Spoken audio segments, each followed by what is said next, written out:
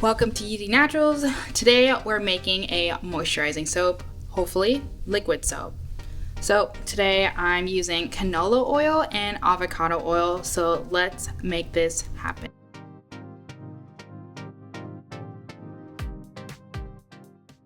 Get your crock pot and preheat it so you can warm up your oil.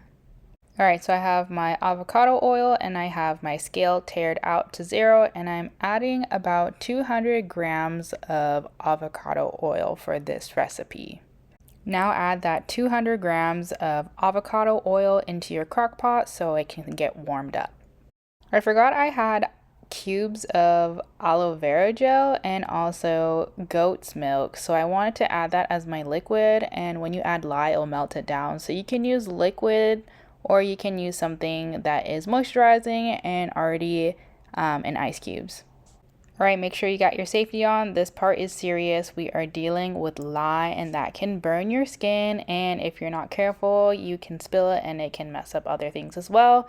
So make sure your area is clean and that you have all the gear that you need to keep your eyes, your skin, just any parts that you don't want burned safe.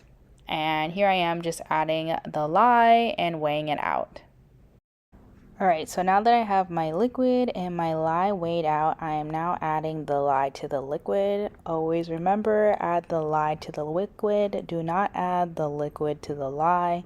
And because this chemical reaction is happening, the liquid, or in my case, my frozen liquid, is going to start to melt. Alright, since I was using frozen liquid, my lye mix actually wasn't the right temperature that I would like it to be at to mix with the oil, because I like my oil and my lye mix to be around 130 Fahrenheit, and because it's not, I actually need to warm up the lye mix to get to that temperature range so I can do a nice mix with the oil that's warmed up in the crock pot. Alright, so now I'm just putting the crock pot with the warm oil into the sink, and I just have a little bit of the lye mixture, so I'm just going to mix it by hand for a little bit before I get ready to use a stick blender. And I realized that it's going to go back into the crock pot, so I just put it back on the heat, and then just kind of mixing as I go. And now I'm ready to put the lid on to let it work its magic on low heat. Alright, so while you're making liquid soap, this is very common to see the oil and the lye mixture not mixing. And the reason being that is fundamentally they do not mix. It's like oil and water. So that's why the lye mixture is sitting on the top and the oil is on the bottom, or the other way around. But either way, it's the same thing as making cold press soap. If you've made cold press soap, it just needs to have the right temperature, the right time for it to emulsify. So just keep mixing it and let it sit for 15 minutes on the crock pot, and do that in increments. Let it sit for 15 minutes and then go back and hand mix it a little bit and then blend it with the stick blender, and just keep doing that in 15-minute increments until you finally get the texture to be somewhat like soup, like tomato soup, and it looks well emulsified, and technically speaking you'll hit trace at some point. But just keep doing that over and over again and keep checking it. Alright, so I'm pleased with what's going on right now. I was nervous at first because I saw that the soap was separated, and I know the reason why. It's because I'm using really high oleic acid oils. So I have the coconut, the avocado oil, and then I also have canola oil, and I was also using goat's milk. So that's what the frozen cubes are. And because of all those together is a lot of oils, and so that's why the lye solution started to separate at the top and the bottom was everything else. So that's why I had to keep emulsifying it a few times, more than you would if you use water and less oleic acid oils.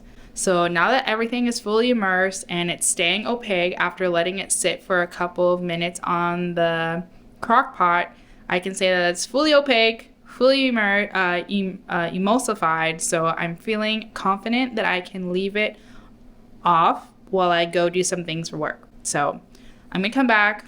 It's 1:32 right now, and we'll see what time it will be when I get back, but it should be safe now that the hardest part is done, which is making sure it hit trace. So Wow, so it is 6:39.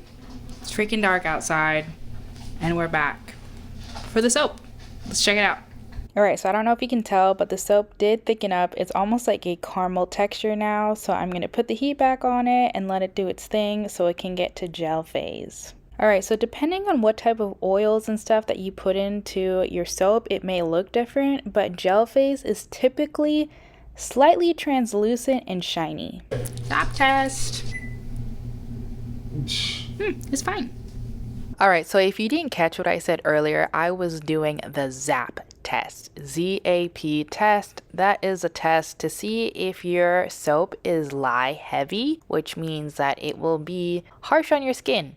It'll be basically a big block of salt that will pull a lot of oil and all the good stuff off of your skin. So you don't want it to be lye heavy. And so the way that you can test it is literally put the soap paste to your tongue, and it will be so salty it'll be like a zap. But you'll know what it's like if you feel it. If you don't get a zap, it's literally just gonna taste salty, or it just tastes like nothing. Or you can do the pH tester test, which is using some of your soap paste, diluting it with water, and then getting to a pH range of between 8.9 and 11 is a sweet spot for making liquid soap. We passed the ZAP test, we passed the pH test, and we passed the clarity test. So now you can add water to make it whatever type of thickness you want of your soap, and you can add your favorite essential oils as soon as you get it to the consistency you like it. Enjoy! Alright, so I forgot to show my final dilution of my soap paste in water, but it was actually pretty clear. So if your soap paste mixed with hot water looks translucent, that means you passed the clarity test. So if your pH is between 8.9 and 11 and the clarity of your soap dilution is pretty translucent, then you're good to go. Add the hot water, mix it up, let it sit for a little bit, and then you can finally test out your soap like I am here.